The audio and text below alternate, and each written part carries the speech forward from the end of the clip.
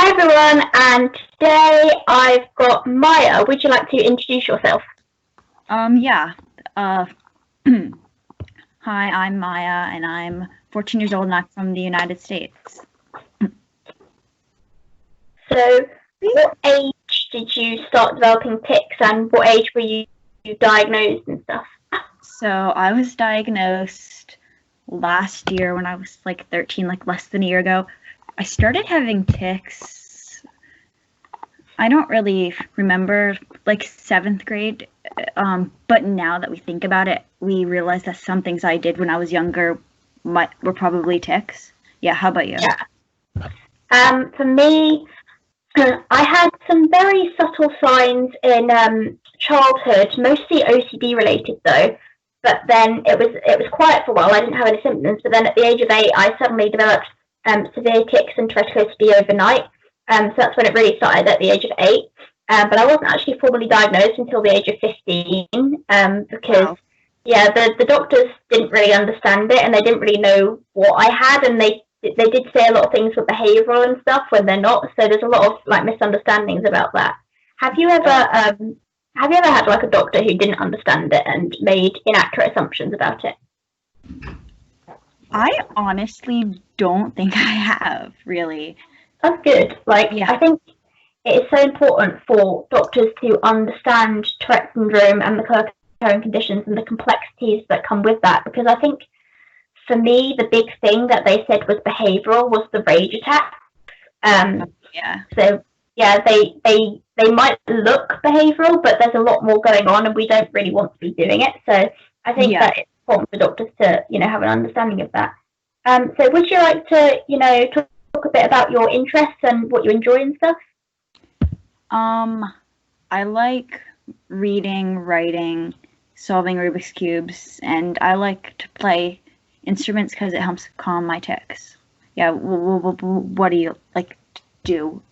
That's like fantastic that like playing instruments calms your tics, because I have like spoken to others in the Tourette community who like have done that and it gives them a break. Like for me, I don't think I can't play a musical instrument, so I don't know if it stops my tics. Although interestingly, if I sing, it does stop my tics, although I'm not actually very good at singing. But there have been times where I've been walking down the street and I didn't want to tic something like really severely, so I just randomly start singing in the street. So that does stop my tics. I probably look a bit strange, but it helps. But yeah, that's like good. That's good. Yeah. But I probably do look a bit weird just bursting out into song to try not to tic. But that does help me. But yeah, some of the things I enjoy to do are spending time in nature and writing stuff, because for me it's poetry that gets me into that zone where I'm not really ticking as much. Yeah, I like writing poetry as well. Yeah, I think it's a really good outlet as well. Like if you want to express how you feel, I think poetry is a good outlet for that. And I think it's amazing that you play like those instruments, because I wouldn't be able to do that. Taken years. Yeah, I can imagine. Like I'm not very musical, but I can't actually think how long it would take you to be able to play those things. So that's absolutely fantastic. So I have got a couple of questions that we could ask. So one of the first ones I wanted to ask was is there any ways that having Tourette syndrome has helped you grow as a person, or what have you gained from your experience, like life lessons or anything? Okay, so I've met a lot of super cool people because of it. My friends from like the Tourette's community and stuff, and it's made me more aware and more sensitive to people with disabilities, because I know how it feels to be like stared at and stuff like that. Yeah, like that's a big one for me too, actually. I think being in the Tourette community is one of the best things. Like I've met some of the most wonderful people who are so kind and understanding, because everybody's so nice. Definitely. I think like we all know what it's like to be judged for something that we can't control. So everyone's a little bit kinder, and also like you say, it's made you more understanding. I think that's the case for me as well. I think it's made me like have more empathy and stuff. And I think that's Yeah. something good that's really come out of it. Yeah. I've also got the question, would you want to cure your Tourette's? Okay, that's, I mean, not really right now, because like it's not that severe, and it's, I mean, I've gotten used to it. Like, yeah. How would you want to cure it? Yeah, I think like sometimes it's something that you just live with or adjust to, and it's just a difference. And sometimes you accept it and even embrace it. For me, I would say my experiences I wouldn't change, because my experiences have made me who I am. Thankfully, like for about a year prior to March this year, my tics were actually virtually non-existent. I didn't really tic at all, so it almost felt like I was almost. Oh wow. Yeah, and that was really good. And now, thankfully, they are not too bad. Sometimes they are, but like usually they're not too bad. So I'm just grateful for where I'm at now, because I think the intention for me for managing it is to have a better quality of life, and thankfully I do have a really good quality of life now, which I'm very grateful for. So I'd say at the minute I wouldn't want to completely cure it, and I wouldn't change the experiences that I've had, but I definitely wouldn't want it to be as severe as it used to be. Yeah, me too. There are definitely days and times when I really wish I didn't have Tourette's. Like in like January, February, it was quite severe, but now it's not bad, so I can deal with it. Yeah, like do you find that at certain times of the year it's worse then? I haven't had it like quite long enough to like know that, but yeah. When is it the worst for you? Like I've heard of some people saying that with seasonal changes it can affect the intensity of their tics and stuff. For me, I think the change in seasons has had a slight effect. I think the pollen in the summer might set me off a little bit, but I think the worst when I was younger was always around Christmas, because Christmas was a time where you are around lots of sensory stimuli. There's a lot of triggering factors, especially in the diet. People eat different things. And then there's also the excitement. Excitement was a massive trigger for me. So like December was like full of excitement, but that caused my symptoms to go like very severe. So my parents always said they had to like play it down and stuff. Definitely. Yeah. Do you find that excitement affects you then? Yeah, excitement. I think sometimes when I'm a bit like nervous or like, excited. Yeah. I sometimes find that if I'm I think if I'm understimulated and not doing anything, then my tics will be bad. But sometimes I'll be a bit hyper and my tics will be bad. But then, like when I'm doing something, they're milder as well. So I think boredom is a trigger to an extent as well. Yeah. I definitely like talking to other people with tics and stuff. Yeah, I think seeing people tic. Yeah. I think talking about it can sometimes make it worse as well. And a lot of the Tourette's groups, there's the tic swap where like when I'm at the groups, our tics all just like go really severe, like we tick at each other and set each other off. But then there's also the tic swap where we all end up picking up tics from each other, and sometimes it's just quite interesting to see like what you come back home with. Sometimes. Yeah. Okay. So, like, do you sometimes pick up tics off others? Like, I've even picked up tics off documentaries and stuff so many times. Yeah. So, copropraxia, a lot of the people I know with Tourette's have it, and so on videos and stuff, they'd always be like just doing stuff, and then now I do it. Yeah, it's like so that's a common thing. Like you see someone doing something so many times, and your Tourette's is like, "Oh, that's a good idea. Let's do that." And you're like, "No." There was a time where I was watching a documentary where somebody was yelling a specific word, and then I went into school the next day and couldn't stop yelling it. And then there's also another time where I had just come back from Tourette camp, and I was in class the next day, couldn't stop ticking. My teacher was like, "What makes your tics so severe?" And I had to explain that I'd just been at a Tourette's group, and then I just brought all the new tics back for them to enjoy. Oh, yep, that's how it goes sometimes. But I do think it is worth it to go to a group. Sometimes you do get a lot of new tics, but I think the support and the community is worth it. Yeah, definitely. Yeah. Do you like go to a Tourette's group? Not really. Like, I've done like virtual like forums and stuff with the TAA, but like not like super officially or anything. Yeah, like I think going to a support group can be really helpful because it's like a massive family of people who understand, and it's just really wonderful. I think I've got another question. How do your co-occurring conditions affect you, and what would you like people to know about those? Because of course, like Tourette's often comes with other things as well that people don't see. That it's like those are like a pretty like big part of Tourette's, I think, and it's really not like the tics are kind of the least of it, I think. At least in my experience, the tics are the easiest to deal with. It's like the other like OCD stuff and anxiety that comes with the tics. That makes it harder.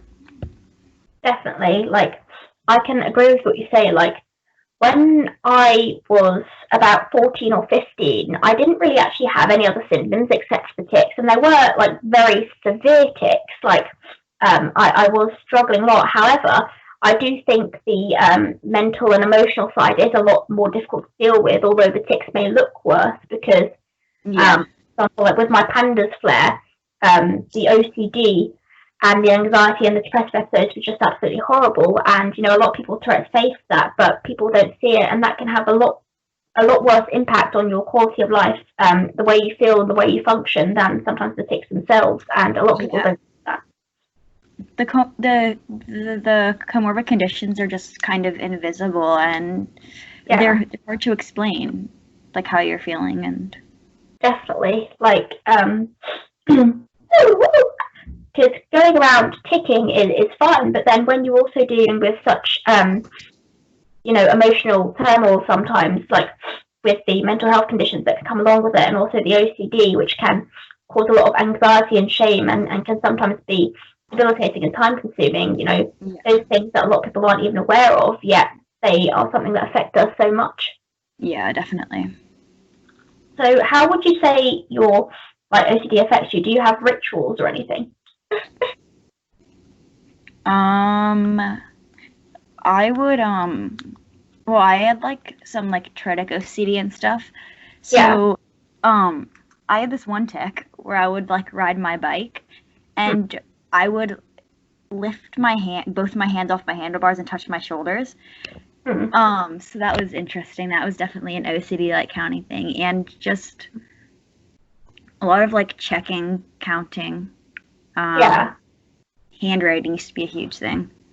Yeah, it's very difficult sometimes. Like, I had the Tourette OCD as well. Like, and that thing where you said you take your hands off handlebars, I can imagine that's like really dangerous as well. So very scary.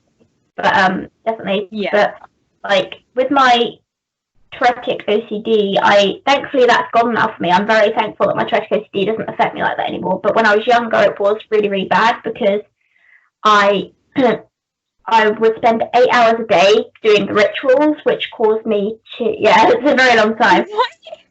It was 8 hours a day doing rituals. It's like I had hardly any free time, but I was like late to school and everything, so it's so time consuming, and that meant that I just couldn't function. But again, because it's Tourette OCD, people didn't understand it. Nobody really knew what it was because I didn't have the thoughts that a lot of people with OCD have. At that time, I have had those as well, but at that time I didn't.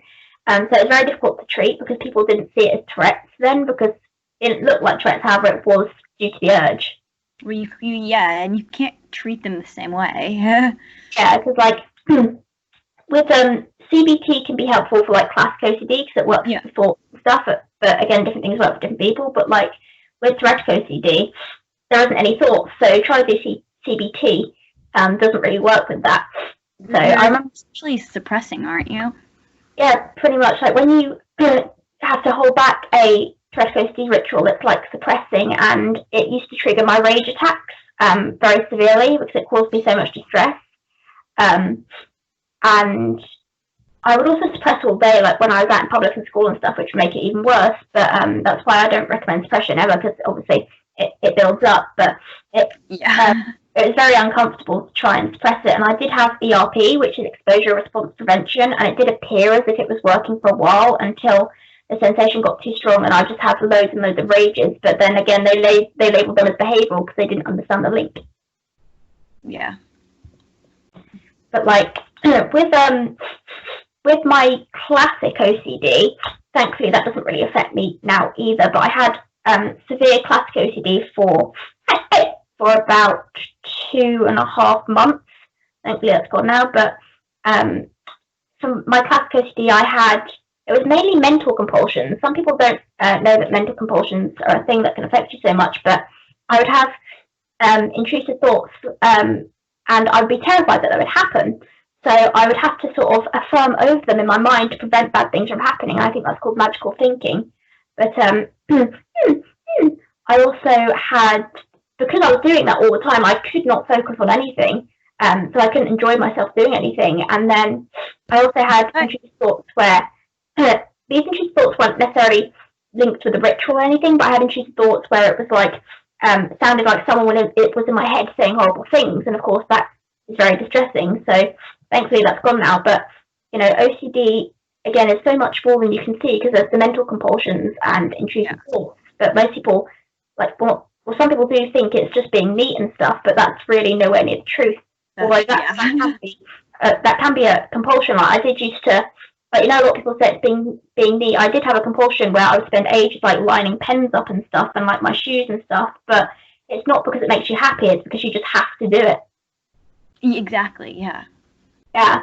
So I think having an understanding of OCD is like really, really important for those of people interacting with those in the track community. So do you have like any questions you wanted to ask me? If I can actually read what I wrote. What are like some of the resources that have like helped you and have changed your ability to cope? Well, in terms of management to reduce the tics and other symptoms, I manage my Tourette's mainly through diet, allergen elimination, because food sensitivities are a big trigger for me, and by eliminating them from my diet, it did allow me to go off the antipsychotic medication, and for about over a year, it did stop my tics by like around 99% or more, which was an absolute miracle. So, and also, like, I couldn't have got through school without the accommodations and stuff. So I think accommodations are so important. I'm very lucky that I had a school who understood, and a college who understands. So I'm very happy with that. And in terms of looking after mental well-being and stuff, I do a thing where I write letters to myself, which sounds really weird, but it's a way of sort of getting an outside perspective. Like, imagine you were giving advice to somebody else, give that advice to yourself. That can help cope with stuff. And I also had a quote book that I wrote in, that positive quotes and stuff, to give myself reminders. So that was very helpful. And then in general, I use the trampoline quite a lot, because if I'm ticking and I go on the trampoline, it helps with sensory input and sort of stimulates me in a way, because exercise can be really helpful. And it also helps with anxiety and can snap me out of a brain fog or whatever as well. So the trampoline is really helpful for me. So what sort of things have helped you? In terms of treating and managing tics, I do CBT therapy. Yeah. Beatboxer. So, and then just kind of, I like swinging, and that's definitely. I don't know. I've always liked doing that. And I love swinging. Like, I would spend hours on the swings. Yeah, but I don't know why I do that, but I do. Yeah. And yeah, like my school's really good. They understand, and my teachers understand, and my classmates understand. So it's really good. That's really good that they understand. I think it is so important to like have an accepting environment, because it does wonders for your self-esteem as well, and your ability. Yeah, it made it a lot easier. Yeah, like, because I've spoken to people who haven't had the supportive environment, and it breaks my heart, because, you know, the amount of profound difference that could be made just by people being understanding and accepting. Like, I think we're lucky to have that, and it's really good, because all schools should be like that. So also, like, with the swinging thing, with me it's because I have vestibular processing issues. The vestibular sense, I think, is linked to your balance and stuff. It's the reason why I rock back and forth, but it's like something in your inner ear or something. But when I swing, it helps with that, and makes my body feel more balanced, and helps me process sensory information and stuff. So it could be something to do with that. Oh, yeah. Would you like to talk a bit about CBIT? Because I haven't actually had that, and I would really like to learn more about that. Sure. So CBIT stands for Comprehensive Behavioral Intervention for Tics, and it's a therapy treatment that helps treat tics and some of the like comorbid conditions that go with TS. And it kind of, I don't know if you've heard of like habit reversal training. Yeah. So it's basically where instead of like suppressing the urge, you do a voluntary action, or what we call like competing response, that like fulfills the urge, but because it's like voluntary, it's not a tic. That explanation made no sense. So I think I've heard it's a bit like a tic blocker. I think I've heard that before. Yeah, that's basically. Like, it fulfills the urge in a way that doesn't maybe cause much harm. Yeah.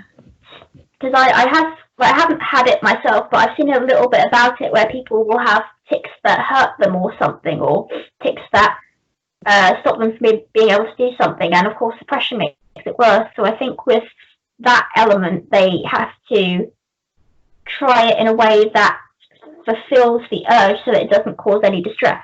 Yeah, that's kind of very key point, is just fulfilling the urge voluntarily, not just resorting to ticking. Do you think that that's helped them? Definitely. It's helped me a lot. I know it doesn't help other people. So like, it just depends. Yeah, like that's like really good that it's helped you. Like, because a lot of people say different things, but of course I think that is because like different things work for different people, because you'll never get one medication that works for everyone, or one diet or anything. So that's really good that it helps you. But I think it's different for everyone. For me, like, I don't think, well, because some of my vocal tics are very severe and random, like I would yell really weird phrases. I'm not sure that that sort of element would have helped me, because it might have done, but because I didn't really know what I was going to tic, so I don't know if that would have helped. But for like some of them, I think it could have helped to an extent. Like, I think maybe with some self-injurious tics, then the redirection could be used to prevent harm, maybe. Definitely, yeah. But yeah, like that's really good that it helps. Like, I think another thing to note though is I think it should always be an individual's choice to redirect, and only if it's like causing harm or stuff. Because I have heard of people just like being told to redirect everything, but of course that's really frustrating, because you do want to accept who you are and take glad and proud as well. Yeah. So I think it's always like with management strategies and stuff, it's always got to be a benefit to the individual, and not to, you know, you don't force somebody to redirect. Like, I remember one time I was trying to do an exam, and I was ticking very severely, and I was just told to redirect, but I had to try. I cried and explained that it's not always that simple, but because like you can't redirect everything. But I think that it is fantastic that it can help immensely with some tics that cause pain or harm, or that might be dangerous, or maybe stop you from doing certain things. And I have heard like quite a few people who said it has actually really helped with certain tics, so that's really, really good. Yeah, I was out of school for like a month because of tics before I started CBIT. Yeah. So that's fantastic. That has helped so much. Yeah, like, I'm really happy I got to do it. That is awesome. Like, because as I say, it's like different for everybody, and the fact that you found something that works so well is fantastic. So I'm really happy for you. Sweet. So did you have any other questions? Just kind of like, who are the people that have helped you with everything? Yeah, okay.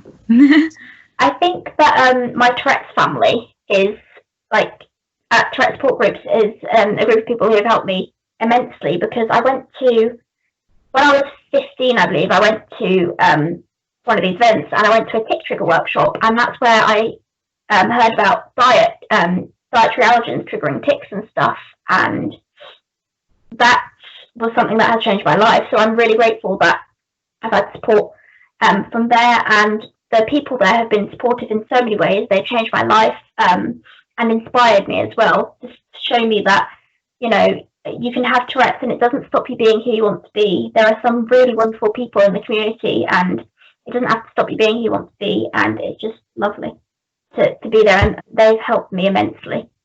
And also, I'm really lucky that my teachers have been supportive. Like, my college teachers are fantastic. And in secondary school, I had some fantastic teachers. I did have some issues with discrimination, but thankfully, most of my teachers were absolutely fantastic. And then, even in primary school, like at the first onset, they weren't aware it was Tourette's then, but they were still really supportive. So I'm just lucky that I've had the teachers to help as well. Yeah. So who would you say has helped you with your conditions? Definitely my family, all the people I know with Tourette's. That everybody's been really supportive and offered good advice, and then like everybody at school is really cool with it, so that makes it a lot easier and better. So I'm really grateful for that. Definitely, like, it helps so much when you have a supportive family, because like I have heard of people who, you know, their family don't accept it and stuff, and that's really sad. But I think that I feel lucky as well that my family accept it, and also really lucky that in pretty much all my school experience, my friends have been so supportive, and you know, they haven't even batted an eyelid really. It doesn't seem to bother them. They don't ever tell me to stop ticking or anything, which is lovely, and they just accept it. And I think that's really good. Like, of course, there is the odd person who's like not very nice about it, but obviously, thankfully, most of the people around me have been absolutely fantastic. So that's why we need to raise awareness to have an inclusive society where loads of people are, like, everyone with Tourette's has the right to be met with this compassion and understanding. Yeah, I know a lot of people like that don't have support from their families, and that's just really sad. It's very sad to, like, when that sort of thing happens, because, you know, you're supposed to be able to tick and be yourself, and if your family's saying this is a bad thing, you know, it really harms somebody's self-esteem, because you can't control having Tourette's, and you know, you can't suppress it and stuff, so that would make it worse. So I can imagine, like, if a family wasn't supportive, it would be really harmful to somebody's mental health as well, and you wouldn't be able to tick freely, and that would be horrible. Yeah. So did you have any other questions? I don't think so. Thank you. Okay, so thank you so much for talking to me. I'm just going to see if there's anything I missed out on here. Oh, here's an interesting question. I've got two more. So one that I don't know if I fully asked, like, you know, how has it affected your education? Did you have any accommodations or supports put in place in school? Yeah, so it's made it, like, well, for example, like my OCD would make it very hard for me to write, and so for the most part, I was allowed to, like, type my, like, homework and stuff like that, and like the teachers and everybody understood that, like, I couldn't control it, but they knew that, like, if I need to take a break. Yeah. And yeah, I went to like part days of school. Yeah. Because that was easier. Yeah, I had the part days as well when I was in, I think, year 10. I, like, 2 days a week I had half days because for me it was, like, too overwhelming, the concept of going in for a full day because, like, my tics were worse in school because of the stimulation and stuff. Yeah, me too. My tics are way worse. Yeah, so I'm like, happy that you were able to get that support, and I'm really, like, grateful that I was able to as well. And I also had the timeout thing, and they gave me a card that I could like show, and I could just go to the People Support Centre, which was really lovely. And I also had a laptop in class and exams because I had a tic where I would rip up paper, and I didn't want to rip up all the worksheets and stuff because that would have gone everywhere. So thanks, they did allow me to have a laptop, so that was really helpful as well. Yeah, that's good. So last but not least, what advice would you give to somebody going through the same thing? I kind of just tell them that, I mean, just to accept it, because at the end of the day, everybody has hidden challenges, and don't let it define you. I mean, it may or may not be a disability, but you're still you. Yes, I think that point, not letting it define you, is a really good point. Like, I think I still need to learn that to an extent, because sometimes I'll focus way too much on my Tourette's and forget other aspects. And I've done that so much. Like, I'll forget that I'm not just Tourette's. Like, a lot of people know me for. Like, people know me for having Tourette's, and I think it is really important. Like, don't lose yourself. Don't let it define you, and don't let it don't let it make you think like because you have this you can't do that, you know. So yeah, I think that's a really good point to end on. I think that if I was to give advice to anybody going through something similar, I just say don't feel like you have to suppress. There's nothing wrong with you as a person. This is a condition you can tick loud and proud. It's neurological, and I recommend going to a support group and researching the conditions so that you can learn more about yourself. Yeah, definitely not suppressing is a really big thing. Yeah, because like with my suppressing, it just worsened every other aspect of it, like the rage and the anxiety and stuff, and then also the explosions once I got home. So I think that's an important thing as well. It's easier said than done though, because like I've had subconscious suppression where I do it without even realizing. I think a lot of people have that because they get like self-conscious and they suppress without realizing. So I think also growing in confidence can be helpful if that's the case. Yeah, but thank you so much for talking to me today. It's been so lovely. Thank you for letting me talk with you. It's really liked it. Oh, thank you. It's been lovely, and you're such a lovely person to talk to, and I hope we can talk again in the future. Yeah, me too. Thank you. There we go. Bye, everybody.